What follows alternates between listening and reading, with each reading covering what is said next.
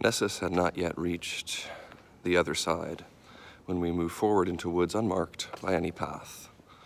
The leaves not green, earth-hued, the boughs not smooth, knotted, and crooked-forked, no fruit but poisoned thorns. Of the wild beasts near Cecina and Cornetto, the hate fields worked by men with plow and harrow, none infest thickets that are as rough or dense as this. This, of course, is the beginning of Canto XIII, which you should either have read by now or be in the process of reading. And I want to call your attention to the fact that it starts with this series of negatives, of knots, of things that aren't, forms of negation. And this is really important to Dante's 13th canto, because the sinners who are being punished there are guilty of the sin of self-negation, that is despair, losing faith, and suicide, ultimately. And so this is a sin against God because it means that they have lost hope in God and thus are punished by losing something of themselves. And just to interject for a moment, you can see that I'm back again on the campus of beautiful Princeton University, just down the street from you. And I wanted to mimic formally the movement from one place to another, just for a moment there. Let me pause and just do a bit of a preface with you, though.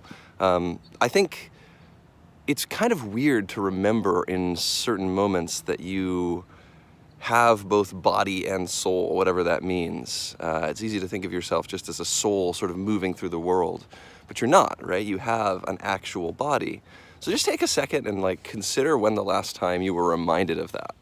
When you were reminded that you are actually a person embodied. For me, it's always waking up really early when I'm just like, oh my God, I can't believe I have to move. Is it real? Do I have to do this? And you'll notice, by the way, as an example, that Dante is constantly fainting or falling asleep in this text as a way of reminding us that he has a body. But take just a minute, as a sort of thought exercise. Pause the video if you want to. And think about a time when you remembered sort of roughly that you had a body, that you were not just a soul. Just consider that for a moment. As you do, I now want to just make sure I remind you of the things that you should be working on this week. You should be reading voraciously.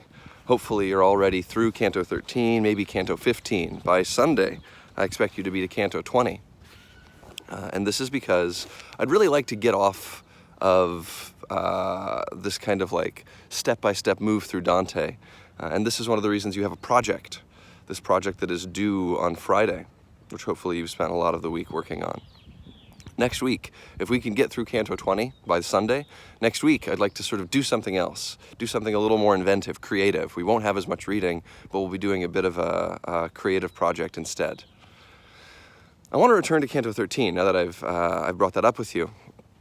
And just think about the moment when the soul meets the body. I'm going to read a little bit from this passage on the second page, in which Dante and Virgil are meeting one of the souls imprisoned here.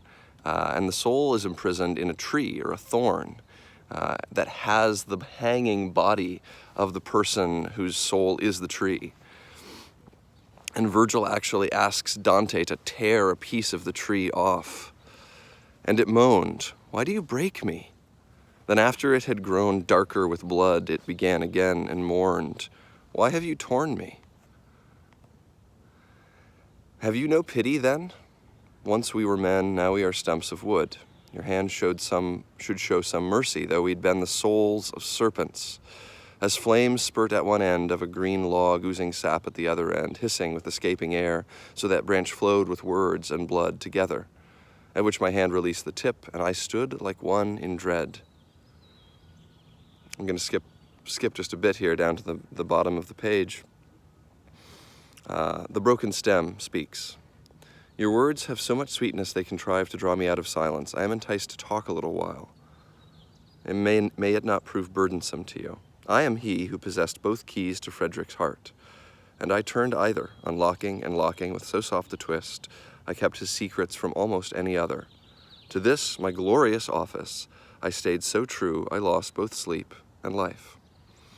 The harlot never takes its whore's eyes from Caesar's retinue, the common fatal vice of courts, inflamed all minds against me, and they inflamed so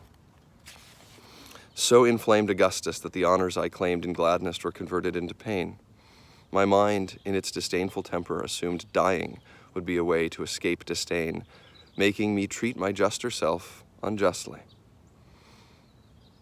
And by the strange tree's strange roots, I swear again, I never betrayed my lord who was so worthy of honor. So the tree soul is making a really important point here, that it was not a betrayer. This is a soul who betrays itself and commits suicide in a moment of like self-punishment or self-deceit.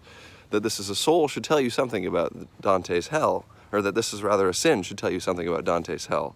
That it is just as much a problem to commit suicide as it is to commit a sin against another. But in Dante, like, it's really crucial to consider the union of soul and body. And this is a really good example in Canto XIII. A little further on, which I won't read, but hopefully you picked up, the tree describes the process by which its soul becomes a tree and by which its own body is hung off of it. And it says that the soul, the shade encounters Minos, as we saw from Canto 3 or 4, and in encountering Minos, the soul is sent down to the seventh circle, where it grows into a tree to be tormented by harpies, and then the body is dragged down subsequently to be hung off of it. This to Dante is really important, that the soul and the body can never entirely be separated, even in this particular moment of punishment in the seventh circle of hell.